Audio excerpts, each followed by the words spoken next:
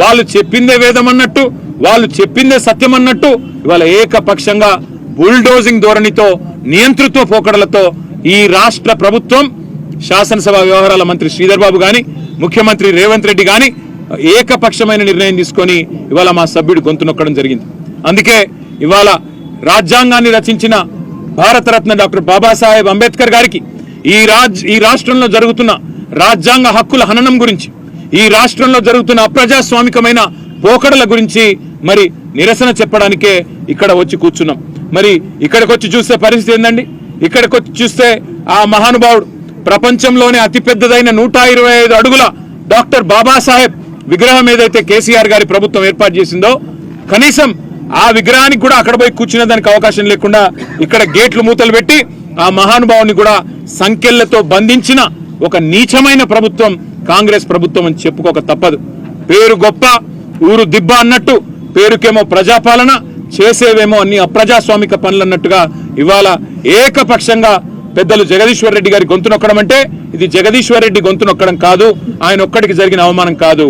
ఈ రాష్ట్రంలోని రైతాంగం తరపున, ఈ రాష్ట్రంలోని ఆడబిడ్డల తరపున నెలకు 2500 రూపాయలు కావాలని గొంతు విప్పినందుకు, రాష్ట్ర రైతాంగం తరపున రుణమాఫీ జరగలేదు అని చెప్పి ప్రశ్నించినందుకు, రాష్ట్ర రైతాంగం తరపున ఎండుతున్న పంటల విషయంలో మా పార్టీ తరపున ప్రభుత్వాన్ని నిలదీసినందుకు, రాష్ట్ర పేదవాళ్ల తరపున పెంచని పెన్షన్ల గురించి, అమలు కాని 6 గ్యారంటీల గురించి, 420 హామీల గురించి ప్రశ్నించినందుకు తట్టుకోలేక ఈరోజు ప్రభుత్వం ఒక కుయుక్తితో మా సభ్యుడిని సస్పెండ్ చేసింది. అందుకే నిరసనగా మేమందరం కూడా ఇక్కడ కూర్చున్నాం.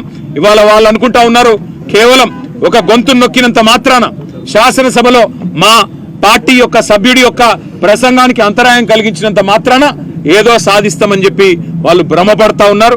కానీ రాష్ట్రంలోని ప్రజలు అన్ని గమనిస్తా ఉన్నారు.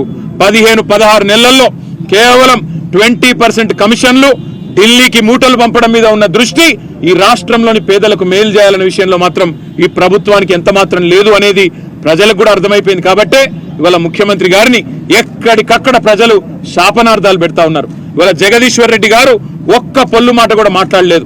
రేపు రాష్ట్ర వ్యాప్తంగా మేము బీఆర్ఎస్ కార్యకర్తలకు కూడా పిలుపునిస్తా ఉన్నాం. కాంగ్రెస్ పార్టీ యొక్క అప్రజాస్వామిక వైఖరికి వ్యతిరేకంగా, ఈ ముఖ్యమంత్రి, ఈ ప్రభుత్వం యొక్క అహంకార నియంతృత్వ పోకడలకు వ్యతిరేకంగా రాష్ట్ర వ్యాప్తంగా అన్ని నియోజకవర్గ కేంద్రాల్లో కూడా ప్రభుత్వం యొక్క దిష్టిబొమ్మల దహనానికి వెంటనే మరి పిలుపునిస్తూ, దాంతో పాటు బడ్జెట్ సమావేశాల్లో నిజానికి అన్ని కూడా మేము ప్రశ్నించబోతా ఉన్నామని వాళ్ళకి తెలుసు. మరి బడ్జెట్ సమావేశాల్లో బీఆర్ఎస్ ఉంటే ఖచ్చితంగా మరి ప్రజల తరఫున గట్టిగా దాడి చేస్తారు, గట్టిగా ప్రశ్నిస్తారు. 420 హామీలు, 420 పనులు, ఈ కాంట్రాక్టులు, కమిషన్లు, మరి ఢిల్లీకి మూటలు అన్ని వెలుగులోకి వస్తాయనే భయంతో మా గొంతు నొక్కే ప్రయత్నం ఏదైతే చేస్తా ఉన్నారో తప్పకుండా దీనికి మరి ప్రజలు కూడా సమాధానం చెప్తారు, మేము కూడా సమాధానం చెప్తాం. రేపు రాష్ట్ర వ్యాప్తంగా మరి మా సభ్యుడి యొక్క అప్రజాస్వామిక రేపు సాయంత్రం వరకు మరి ఈ కార్యక్రమం కూడా చేస్తాం. దాంతో పాటు మరి మా సభ్యుడి యొక్క గొంతు ఈరోజు నొక్కినందుకు తప్పకుండా ఈ ప్రభుత్వం ఇంతకు ఇంత అనుభవిస్తుంది. భవిష్యత్తులో ఈరోజు ఏ రకంగానైతే ఏకపక్షంగా కాంగ్రెస్ పార్టీ వ్యవహారం చేసిందో భవిష్యత్తులో తప్పకుండా వారికి కూడా శిక్ష తప్పదు ప్రజా కోర్టులో అనే మాట కూడా తెలియజేస్తూ